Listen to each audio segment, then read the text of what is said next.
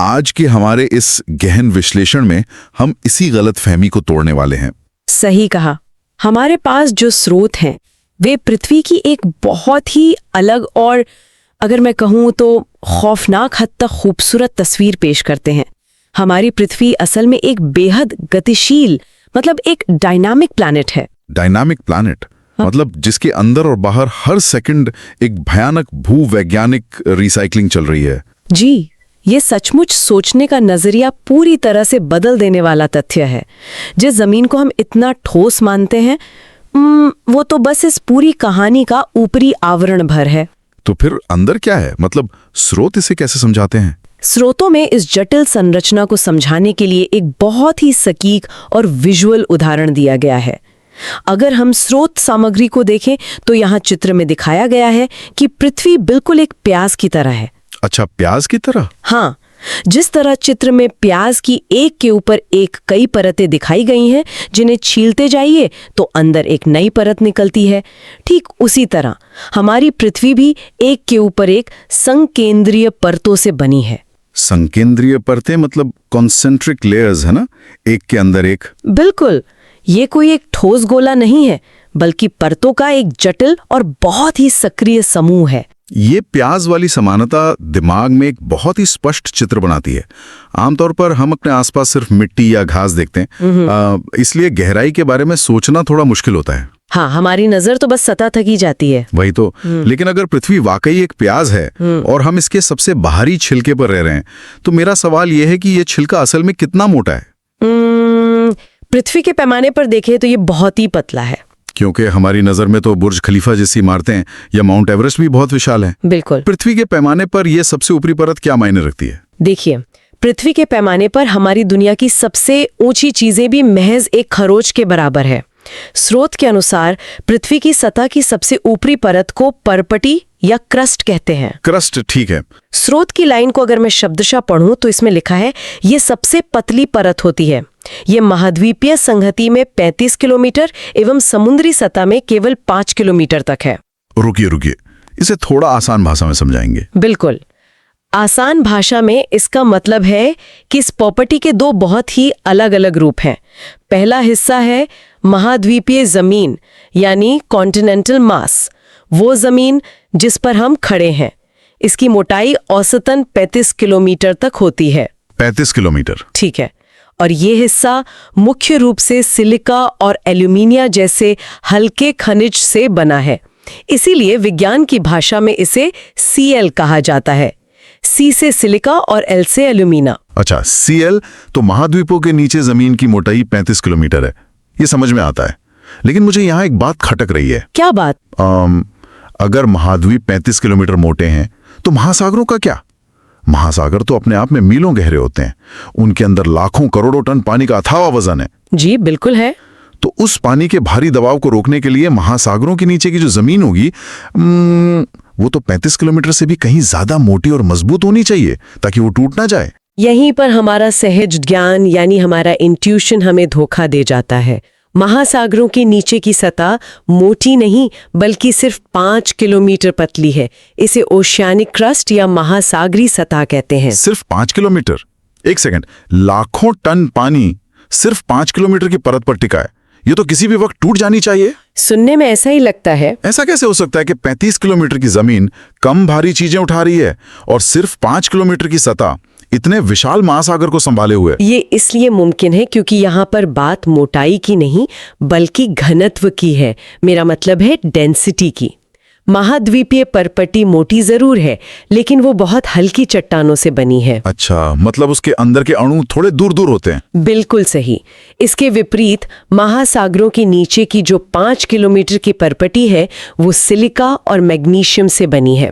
स्रोत में इसे सीमाएं कहा गया है। सी से सिलिका और मै से मैग्नीशियम। सीमाएं तो ये ज्यादा भारी होती है? हाँ, ये इतनी सघन और भारी चट्टानों से बनी है कि ये एक बेहद मजबूत और कठोर स्टील की प्लेट की तरह काम करती है।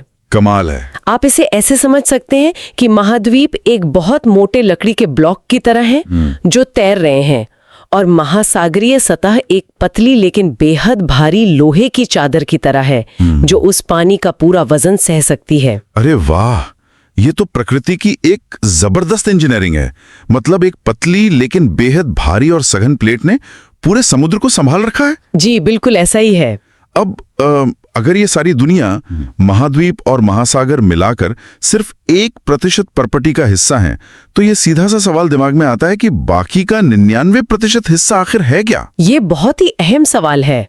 उस 35 किलोमीटर या 5 किलोमीटर की गहराई के नीचे ऐसा क्या है जो पृथ्वी को एक धधकता हुआ इंजन बनाता है? उस पतली सी क्रस्ट के ठीक नीचे जो परत शुरू होती है उसे मैंटल कहा जाता है। और ये कोई छोटी मोटी परत नहीं है।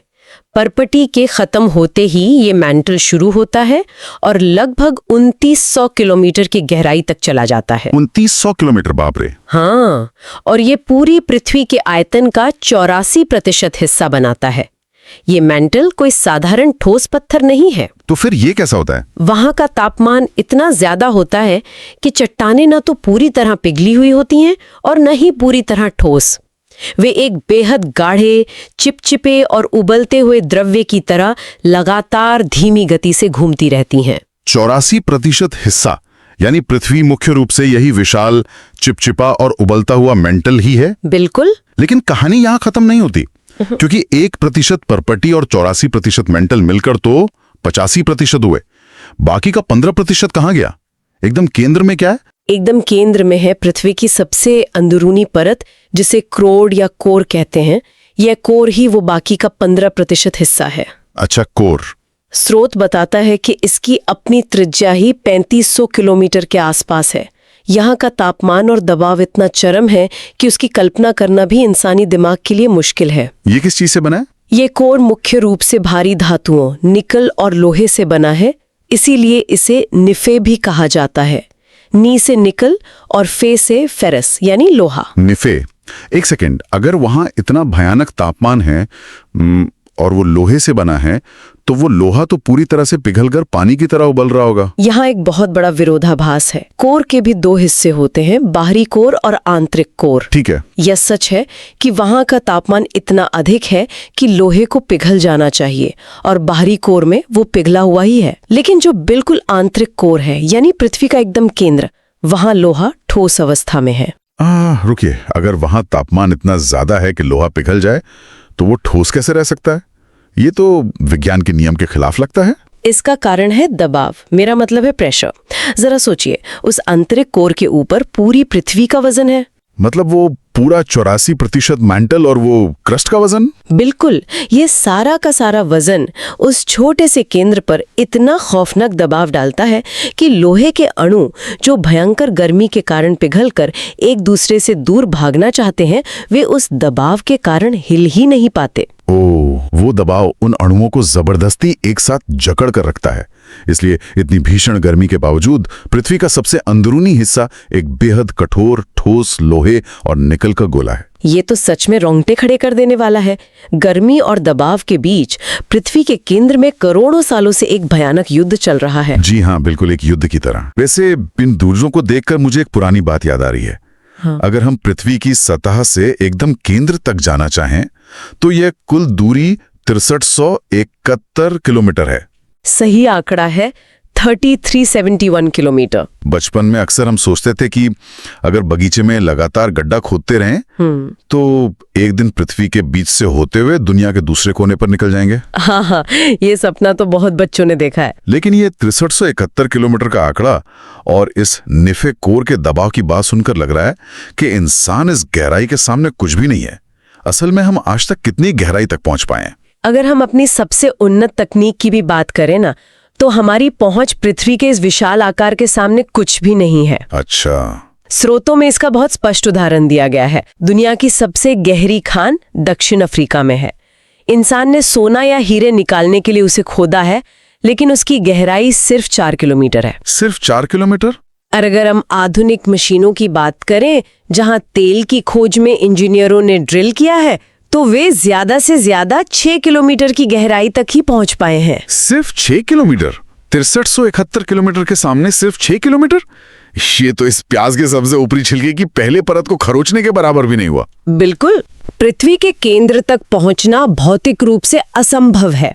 स्रोत की लाइन अगर मैं पढ़ूं तो लिखा है, पृथ्वी के केंद्र तक पहुंचने के लिए, जो बिल्कुल असंभव है, आपको समुद्र की सतह पर 6000 किलोमीटर गहराई तक गड्ढा खोदना होगा। 6000 किलोमीटर का गड्ढा, ये तो नामुमकिन है। हाँ, इतनी गहराई में जाते जाते तापमान और दबाव इतना बढ़ जाएगा कि दुनिया की सबसे मजबूत धातु से बनी ड्रिलिंग मशीन भी तुरंत पिघलकर वाष्प में बदल जाएगी। तो इसका सीधा सा मतलब है कि वो धधकता हुआ मेंटल और वो ठोस लोहे का करोड़ हमारे लिए एक तरह से हमेशा के लिए बंद है। हम वहां कभी नहीं जा सकते। सही कहा, वो हमारी पहुंच से बहुत दूर है। तो फिर चलिए अपना ध्यान वापस उसी 1% परपटी पर लाते हैं जिस पर हम रहते हैं।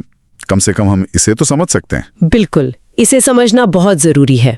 ये परपटी जो इतनी मजबूत है, वो असल में किन चीजों से बनी है? वो परपटी जिन प्राकृतिक पिंडों से बनी है, उन्हें हम विज्ञान की भाषा में शैल या चट्टान कहते हैं। शैल मतलब रॉक्स। जी, स्रोत में शैल की परिभाषा दी गई है कि पृथ्वी की परपटी बनाने वाले खनिज पदार्थ के किसी भी प्राकृतिक पिंड को शैल कहते हैं। ठीक है, समझ गया। लेकिन ये चट्टानें कोई एक जैसी निर्जीव चीजें नहीं हैं। ये अलग अलग रंग, आकार और गठन की होती हैं। अच्छा, इतनी विविधता क्यों होती है इनमें? ये विविधता इसलिए है क्योंकि ये चट्टानें पृथ्वी के उसी अंदरूनी इंजन से पैदा होती हैं। इस जन्म की प्रक्रिया में सबसे पहली श्रेणी आती है आग्नेय शैल या इग्नियस रॉक्स की। आग्नेय शैल? हाँ, इन्हें प्राथमिक शैल भी कहा जाता है क्योंकि बाकी सारी चट्टानों की शुरुआत यहीं से होती है। आग्नेय, नाम से ही आग का एहसास होता है। इग्निस शब्द भी शायद कुछ ऐसा ही अर्थ रखता है। आपने बिल्कुल सही पकड़ा। इग्निस लैटिन भाषा के इग्निस शब्द से बना है, जिसका सीधा सा अर्थ है अग्नि, आग। इनका जन्म सीधे तौर पर पृथ्वी के उसी अंदरूनी हिस्से से होता है जिसके बारे में हम बात कर रहे थे। जब वो धधकता हुआ द्रवित मैग्मा पृथ्वी की गहराइयों से ऊपर की ओर आता है और धीरे धीरे या तेजी से ठंडा होकर ठोस हो जाता है, तब आग्नेय शैलों का जन्म होता है। तो ये मैग्मा जो अंदर उबल रहा है, जब शांत होता है तो पत्थर बन जाता है। लेकिन ये ठंडा होने की प्रक्रिया कैसे होती है? क्या ये सतह पर आकर होता है या अंदर ही अंदर? प्रकार कौन कौन से? पहला प्रकार है बहिर्भेदी या एक्सट्रूसिव शैल। एक्सट्रूसिव मतलब जो बाहर आ जाए। एकदम सही। कल्पना कीजिए एक ज्वालामुखी के फटने की। जब लाल उबलता हुआ लावा भयानक वेग से पृथ्वी की सतह पर आता है तो बाहर की ठंडी हवा के संपर्क में आकर वो बहुत तेजी से ठंडा होता है। ठीक है, तेज हवा से जल्दी ठंडा हो गया। क्योंकि ये प्रक्रिया बहुत तेज होती है, इसलिए इस चट्टान के अंदर दाने या क्रिस्टल बनने का समय ही नहीं मिल पाता। नतीजतन इसकी संरचना बहुत महीन दानों वाली होती है। क्या इसका कोई उदाहरण है हमारे आसपास? हाँ, भारत में जो विशाल दक्कन का पठार है वो पूरा का पूरा ऐसे ही बहिर्भेदी आग्नेय शैलों से बना है, विशेष रूप से बेसाल्ट चट्टानों से। दक्कन का पठार जो इतना विशाल है, वो उस लावे का नतीजा है जो कभी सतह पर आकर तेजी से जम गया था। इस सोचकर ही अजीब लगता है कि आज जहां शहर बसे हैं वहां कभी लावे की उबलती नदियां रही होंगी। बिल्कुल, इतिहास बहुत गहरा है। और दूसरा प्रकार क्या है? जो लावा बाहर नहीं आ पाता, उसका क्या होता है? जो मैग्मा सतह तक नहीं पहुंच पाता, वो पृथ्वी की परपटी के अंदर ही बहुत गहराई में फंस जाता है। अंदर ही फंस जाता है? हाँ, बाहर जैसी ठंडी हवा नहीं होती। इसलिए वो मैग्मा बहुत धीरे धीरे ठंडा होता है। कभी कभी इसे ठंडा होने में लाखों साल लग जाते हैं। लाखों साल? इस धीमी गति के कारण उन खनिजों को बड़े बड़े दाने या क्रिस्टल बनाने का पर्याप्त समय मिल जाता है। इस प्रकार की चट्टानों को अंतर्भेदी या इंट्रूसिव आग्नेय शैल कहते हैं। अंतर्भेदी मतलब जो अंदर ही बन गए। सही कहा। और इसका सबसे क्लासिक उदाहरण है ग्रेनाइट। एक मिनट, ग्रेनाइट, वही ग्रेनाइट जिसका इस्तेमाल हम घरों में रसोई के काउंटर टॉप बनाने या मसाला पीसने वाले सिलबट्टे में करते हैं? बिल्कुल वही। आप जो सिलबट्टा इस्तेमाल करते हैं वो ग्रेनाइट का ही बना होता है। ये तो बहुत ही गजब का विरोधाभास है। एक तरफ दक्कन का विशाल पठार जो ज्वालामुखी से निकले बेसाल्ट से बना है, और दूसरी तरफ हमारी रसोई में रखा हुआ मसाला पीसने का वो छोटा सा पत्थर है। हाँ, दोनों का जन्म उसी आग से हुआ है जो उसी मैग्मा से गहराई में लाखों सालों तक धीरे धीरे ठंडा होकर बना है। मतलब हम हर दिन अपने घरों में पृथ्वी के अंदरूनी इंजन का एक टुकड़ा इस्तेमाल कर रहे हैं। ये विज्ञान की सुंदरता है। लेकिन एक बात बताइए, अगर ये आग्नेय शैल प्राथमिक हैं, सबसे मजबूत हैं, तो क्या ये हमेशा ऐसे ही रहते हैं? कोई पहाड़ हमेशा पहाड़ ही रहता है? नहीं, प्रकृति में कोई भी चीज अमर नहीं है।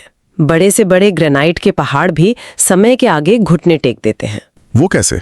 स्रोत स्पष्ट करता है कि हवा, लगातार होने वाली बारिश, नदियों का बहाव और दिन रात के तापमान में बदलाव, ये सब मिलकर एक बहुत ही धीमी लेकिन विनाशकारी प्रक्रिया को जन्म देते हैं। चट्टानें चटकती हैं, एक दूसरे से टकराती हैं और समय के साथ छोटे छोटे टुकड़ों में टूट जाती हैं। अच्छा, टूट जाती हैं। इन नन्हे कणों या टुकड़ों को अवसाद या सेडिमेंट्स कहा जाता है। ये तो प्रकृति की एक बहुत ही खामोश और धीमी हिंसा है। जो पहाड़ लाखों साल तक मैग्मा के ठंडे होने से बना, उसे पानी की बूंदों और हवा ने धीरे धीरे रेत के कणों में बदल दिया। बिल्कुल। लेकिन फिर इन लाखों करोड़ों रेत के कणों या अवसादों का क्या होता है? वे तो हवा में उड़लाते होंगे या नदियों में बह जाते होंगे। वे बहते जरूर हैं, लेकिन हमेशा के लिए नहीं। हवा, जल या बर्फ इन अवसादों को बहाकर किसी नीची जगह या समुद्र की तलहटी में ले जाकर जमा कर देते हैं। ठीक है, एक जगह इकट्ठा हो गए। और यहीं से दूसरी श्रेणी की चट्टानों का जन्म होता है, अवसादी शेल या सेडिमेंट्री रॉक्स। अवसादी शेल। सेडिमेंट्री शब्द लैटिन भाषा के सेडिमेंटम से आया है, जिसका अर्थ ही होता है स्थिर होना या बैठ जाना। स्थिर होना? जब ये अवसाद परत दर परत जमा होते हैं तो ऊपर की परतों का भारी दबाव नीचे की परतों पर पड़ता है। लाखों सालों तक इस दबाव के कारण ये ढीले कण आपस में जुड़कर एक ठोस चट्टान बन जाते हैं। ये तो एक तरह से प्रकृति की ईंटें बनाने की प्रक्रिया हो गई। रेत के दाने जमे, उन पर दबाव पड़ा और वे पत्थर बन गए। बिल्कुल। इसका सबसे बेहतरीन उदाहरण बलवा पत्थर या सैंडस्टोन है, जो मुख्य रूप से रेत के दानों के आपस में जुड़ने से बनता है। सैंडस्टोन, ठीक है। और एक बहुत ही जादुई बात यह है कि जब ये परतें जमा हो रही होती हैं तो अक्सर उनके बीच पेड़ पौधों, जानवरों या सूक्ष्म जीवों के मृत शरीर दब जाते हैं। हाँ, समय के साथ वे शरीर तो नष्ट हो जाते हैं, लेकिन उनकी छाप या उनका कड़ा हिस्सा उन चट्टानों में हमेशा के लिए सुरक्षित हो जाता है। इन्हें हम जीवाश्म या फॉसिल्स कहते हैं। अरे वाह! अगर हम इस नजरिए से सोचें तो अवसादी शैल महज पत्थर नहीं है, वे प्रकृति के बनाए हुए विशाल टाइम कैप्सूल्स हैं। बहुत सुंदर तुलना है ये। एक इतिहास की किताब जिसके हर पन्ने यानी हर परत में करोड़ों साल पुरानी कहानियां दर्ज हैं। डायनासोर के कंकाल या प्राचीन पेड़ों की पत्तियां हमें इन्हीं अवसादी शैलों में मिलती हैं। एकदम सही। और जहां तक मुझे याद है, हमारे कई ऐतिहासिक स्मारक भी इन्हीं चट्टानों से बने हैं। क्या दिल्ली का लाल किला उसी बलुआ पत्थर का उदाहरण है? जी हाँ, दिल्ली का भव्य लाल किला पूरी तरह से उसी लाल बलुआ पत्थर से बना है, जो कि एक अवसादी शैल है। ये सच में हैरान करता है कि इतना विशाल लाल किला, जिसकी दीवारें इतनी ऊंची और मजबूत हैं, वो वास्तव में प्रकृति के द्वारा रेत के लाखों करोड़ों छोटे छोटे कणों के स्थिर होकर जमने का ही परिणाम है। यही प्रकृति का जादू है। लेकिन मुझे लगता है कि ये कहानी अभी खत्म नहीं हुई है। हमने आग्नेय शैल देखे जो आग से बने, अवसादी शैल देखे जो टूट फूट और दबाव से बने। जी। लेकिन पृथ्वी के अंदर गहराई में वो भीषण गर्मी और दबाव अभी भी मौजूद हैं। अगर ये आग्नेय या अवसादी चट्टानें किसी तरह वापस उस गहराई में पहुंच जाएं, तो उन पर क्या असर होगा? जब ऐसा होता है, तब प्रकृति अपना सबसे शानदार रूप दिखाती है। तब जन्म होता है तीसरी श्रेणी की चट्टानों का, जिन्हें कायांतरित शैल या मेटामॉर्फिक रॉक्स कहा जाता है। कायांतरित शैल, ये शब्द ग्रीक भाषा के एटमॉर्फोस से लिया गया है, जिसका मतलब है रूप परिवर्तन या अपना पूरा स्वरूप ही बदल लेना। रूप परिवर्तन। क्या इसका मतलब है कि वे चट्टानें वापस पिघल जाती हैं? नहीं, यही सबसे बड़ी खूबी है। वे पिघलती नहीं हैं। अगर वे पिघल गईं तो वे वापस मैग्मा बन जाएंगी। तो फिर क्या होता है?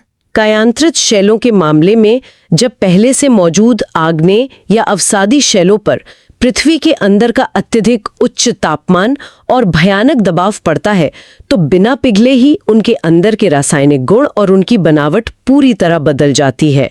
वे एक बिल्कुल नई तरह की चट्टान बन जाती है। बिना पिघले अपनी बनावट बदल लेना, ये तो किसी चमत्कार जैसा लगता है। क्या हम इसे किसी ऐसी चीज से समझ सकते हैं जो हमने देखी हो? बिल्कुल। साधारण सी दिखने वाली चिकनी मिट्टी को ही ले लीजिए, जिसे क्ले कहते हैं। हाँ, चिकनी मिट्टी। जब उस पर ये गहरा दबाव और ताप पड़ता है तो वो बदलकर स्लेट बन जाती है।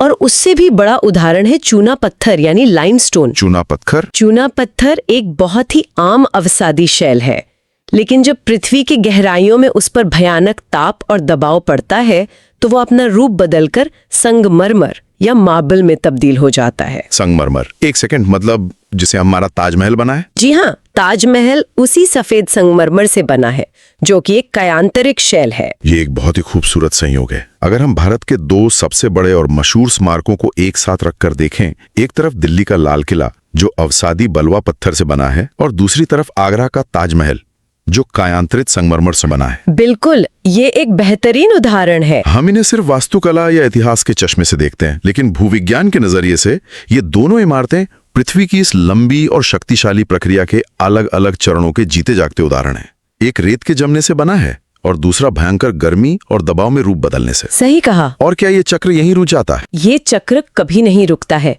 इसे ही शैल चक्र या रॉक साइकिल कहा जाता है।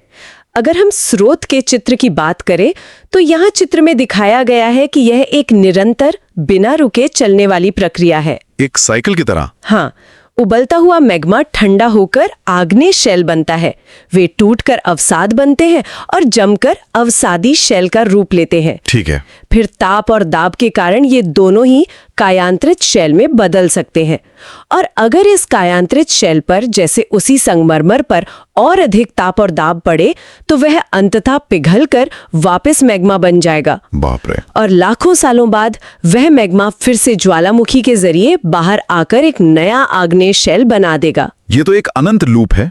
पृथ्वी अपनी ही त्वचा को बार बार नया कर रही है, और सबसे बड़ी बात यह है कि इस पूरी भव्य प्रक्रिया का असर सिर्फ बड़े स्मारकों या ज्वालामुखियों तक सीमित नहीं है। हम हर दिन इस शैल चक्र के उत्पादों का इस्तेमाल करते हैं। बिल्कुल, हमारे दैनिक जीवन में शैलों और खनिजों का महत्व बहुत गहरा है। आज भी हम सड़क, घर और बड़ी बड़ी इमारतें बनाने के लिए इन्हीं कठोर चट्टानों का इस्तेमाल करते हैं। हाँ, ये तो है।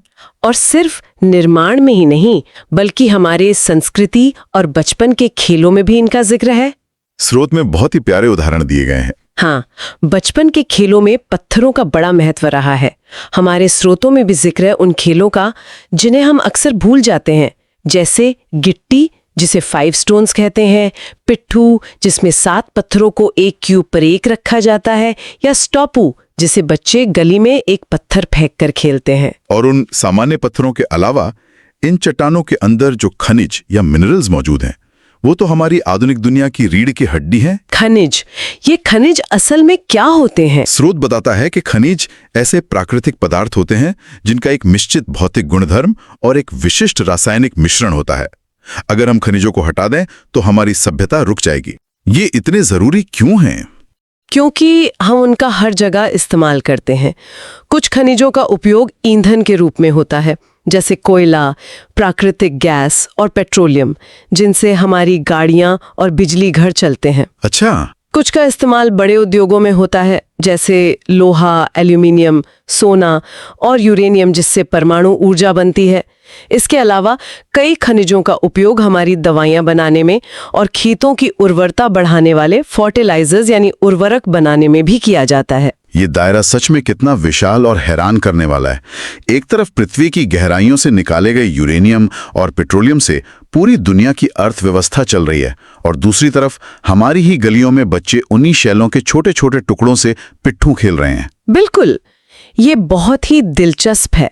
युग विज्ञान को किसी प्रयोगशाला से निकालकर हमारी रोजमर्रा की जिंदगी के हर पहलू से जोड़ देता है। यही कारण है कि हमारी पृथ्वी के अंदर क्या है, ये जानना सिर्फ एक विषय नहीं, बल्कि हमारे अस्तित्व को समझने का तरीका है। दोस्तों, हमारे पास एनसीईआरटी की साइंस की नोट्स क्लास 6 से लेकर क्लास 12 तक पूरी तरह उपलब्ध है। आप इन सभी पीडीएफ नोट्स का प्रिंट आउट भी निकलवा सकते हैं, और ये सभी सामग्री बहुत ही कम कीमत में प्रदान की जा रही है। आपको यह भी मालूम होना चाहिए कि लगभग सभी प्रतियोगी और स्कूल स्तर की परीक्षाओं में पूछे जाने वाले प्रश्न एनसीईआरटी से ही आते हैं, इसलिए यह सामग्री आपके लिए बेहद उपयोगी साबित होगी। अगर आप ये एनसीईआरटी साइंस पीडीएफ लेना चाहते हैं तो अभी हमें व्हाट्सएप पर मैसेज करें। WhatsApp number 7739541921। आपकी तैयारी को मजबूत बनाने के लिए हम हमेशा आपके साथ हैं।